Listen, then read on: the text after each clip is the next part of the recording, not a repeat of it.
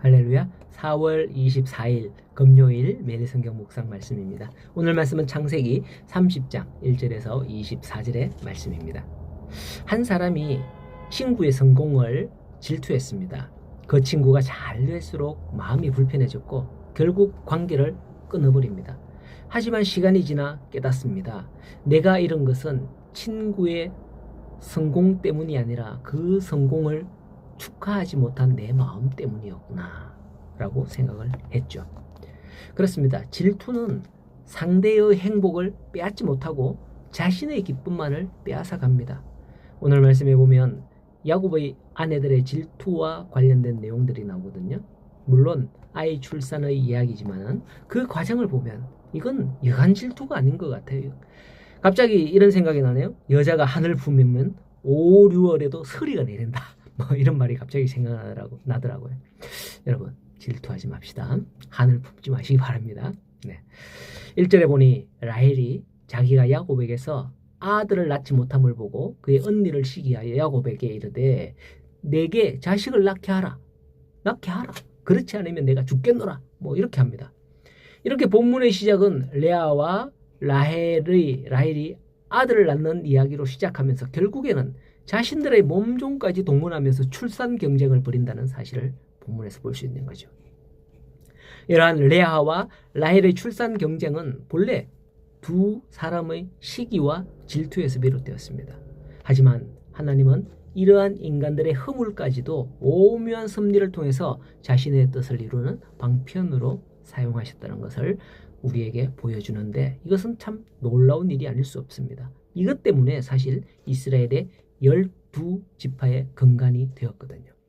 저는 이러한 사실을 보면서 제가 어릴 때 고향교회가 생각났어요. 이름은 말하지 않겠습니다만 참 부끄럽거든요.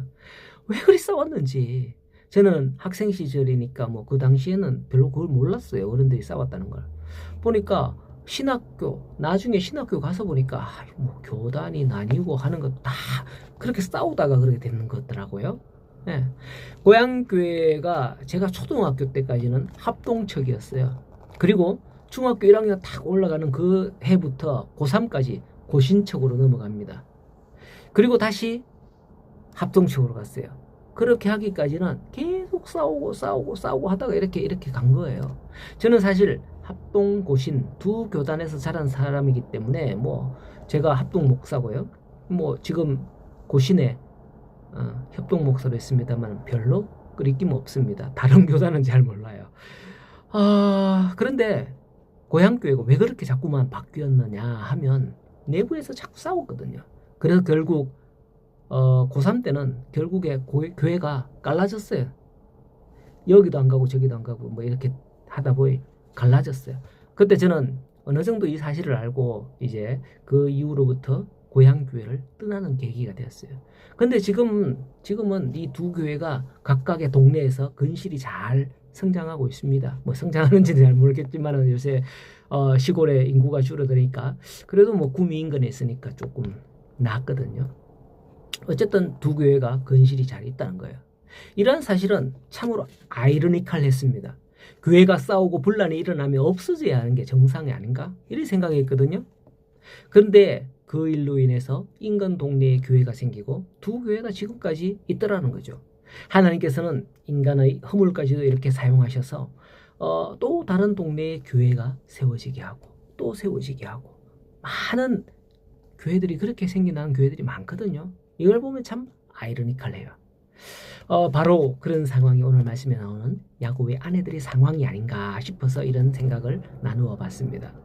레아와 라헬의 출산 경쟁은 남편 야곱의 사랑을 독차지하려는 그들의 시기와 질투에서 비롯되었습니다. 29장에 보면 레아는 비록 야곱의 사랑을 받지 못했지만 하나님의 은총으로 4명의 아이를 출산을 했죠. 반면 라헬은 야곱의 사랑에도 불구하고 자식을 낳지 못했죠.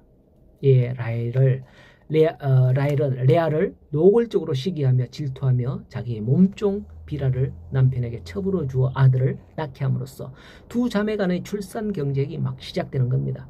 결국 이러한 레아와 라헬의 출산 경쟁으로 야곱은 14년 동안 레아에게서 6명, 레아의 몸종 실바에게서 2명 해서 총 8명이고요. 또 라헬은 라헬에게서 1명, 당시까지는 라헬의 몸종 비라에서 2명 이렇게 해서 모두 11명의 아들과 레아가 낳은 딸 1명 더 합쳐서 12명의 자녀가 하란에서 태어나게 됩니다. 물론 그 이후에 가나안으로 가는 길에 라헬이 베냐민을 하나 더 출생을 하죠.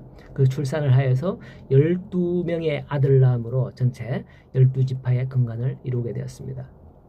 이게 참 아이러니컬하게도 아브라함과 이삭과 야곱에게 주신 하나님의 약속의 성취가 되는 일이 되었다는 거예요.